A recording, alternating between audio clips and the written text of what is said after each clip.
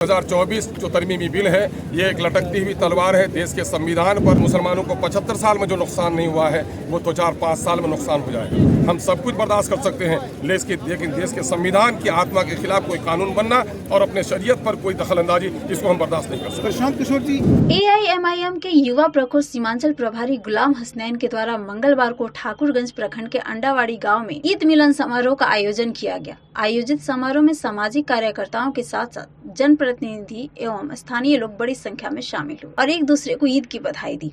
इस ईद मिलन समारोह में बतौर मुख्य अतिथि प्रदेश अध्यक्ष अख्तरुल ईमान शामिल हुए, जिन्होंने लोगों को ईद की बधाई दी और कहा कि नफरत के सौदागरों के मुंह पर यह ईद मिलन एक तमाचा है। उन्होंने कहा कि सिर्फ ईद की खुशियां ही नहीं बल्कि हिंदू मुस्लिम एकता का पवित्र संगम भी यहाँ दिख रहा है। वहीं उन्होंने वक्फ बिल को लेकर कहा कि वक्फ संशोधन विधेयक एक नंगी तलवार है। मुसलमानों की गर्दनों पर, मुसलमानों के पूर्वजों की संपत्ति पर, मुसलमानों के धार्मिक आस्था पर, मुसलमानों के कब्रिस्तान, ईमान बाड़ा, मस्जिदों पर, और अगर यह वक्फ कानूनी बिल 2024 एक लटकती हुई तलवार है। देश के संविधान पर, हिंदू मुसलमानों के एहतियात पर अगर यह काला कानून पास हो गया तो जो 75 साल में नुकसान नहीं हुआ है वह 2-4 साल में हो जाएगा। यह काला कानून पास हो जाएगा तो देश में सिविल वार की कैफियत, क्योंकि जमीनें महंगी हो रही हैं। न जाने कितने खानगाहों पर कब्जा होगा, न जाने कितने मस्जिदों पर कब्जा होगा। यह हमारे ही साथ नहीं, कल जैनियों के साथ भी हो सकता है, फिर ईसाइयों के साथ भी होगा।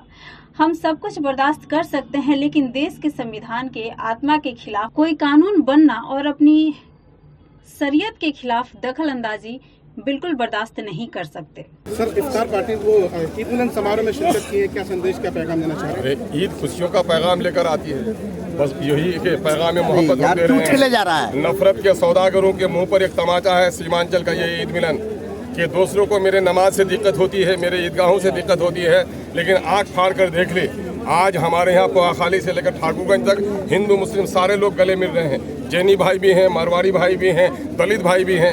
ईद मिलन का जो पवित्र समारोह हमारे यहाँ होता है, सिर्फ ईद की खुशियाँ ही नहीं है बल्कि हिंदू मुस्लिम संगम का एक बहुत ही पवित्र त्यौहार भी हमारे यहाँ मनाया जा रहा है। इस पर हमें फख्र है कि पूरे देश में ईद मिलन का ये समारोह जहाँ सारे लोग शामिल हों, सीमांचल की तरह कहीं भी नहीं मनाया जा सकता। सर, वक्फ बिल कल आने वाला है, क्या कहेंगे इस पर? वक्फ बिल के बारे में मेरा संक्षिप्त जो वो है विचार है वो यही है, वक्फ कानूनी तरमीमी बिल 2024 एक नंगी तलवार है। मुसलमानों की गर्दनों पर, मुसलमानों के पूर्वजों की संपत्ति पर, मुसलमानों के धार्मिक आस्था वक्फ के अकीदे पर, मुसलमानों के कब्रिस्तान, इमाम बाड़ा, मस्जिदों पर, और अगर यह वक्फ कानूनी बिल 2024 जो तरमीमी बिल है ये एक लटकती हुई तलवार है। देश के संविधान पर, हिंदू और मुसलमानों के इत्तेहाद पर अगर ये काला कानून पास हो गया तो मुसलमानों को 75 साल में जो नुकसान नहीं हुआ है वो तो 4-5 साल में नुकसान हो जाएगा।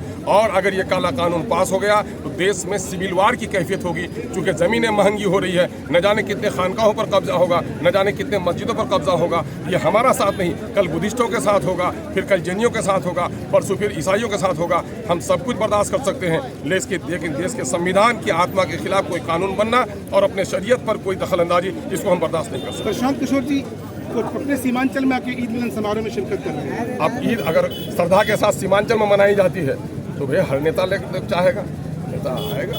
कन्हैया कुमार की यात्रा पर क्या कहेंगे? यकीनन है कि सेकुलर पार्टी है और वो काम कर रही है, और मैं कह रहा हूँ नौजवानों के रोजगार के लेकर कोई बात कर रहा है तो मैं कहता मेरे दुश्मन के हाथ में भी गुलाब हो तो हमसे गुलाब कहते हैं, दोस्त भी धतूरा लेकर चले तो हमसे धतूरा कहते हैं। ईद के मौके पर ईद मिलन समारोह आपने रखा है जिसमें हर पार्टी, हर धर्म के लोग भी शामिल हुए हैं, क्या संदेश देना चाहते हैं? जी, ये तो मेरे यहाँ हमेशा ईद मिलन का समारोह हुआ है, इस बार कुछ वृहद रूप से हुआ है।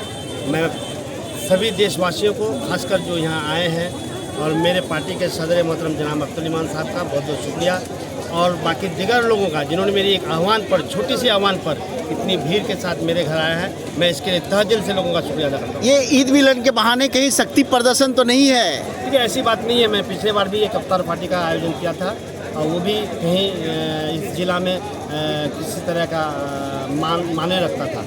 मैं इस बार इफ्तार पार्टी का आयोजन नहीं कर सका था किसी तरह कारणवश, इसलिए मैं आज ईद मिलन समारोह रखा हूँ। तो क्या लगता है, चुनावी मौसम में काफ़ी भीड़ देखी जा रही है, तो क्या किस पार्टी से दावा करेंगे आप? पार्टी से क्या, मैं MIM में काम करता हूँ। मेरे MIM में एक दावेदारी है प्रत्याशी का। अगर पार्टी ने मुझे चाहा मुझे अगर अच्छा समझा मैं हमेशा उसके लिए तैयार हूँ।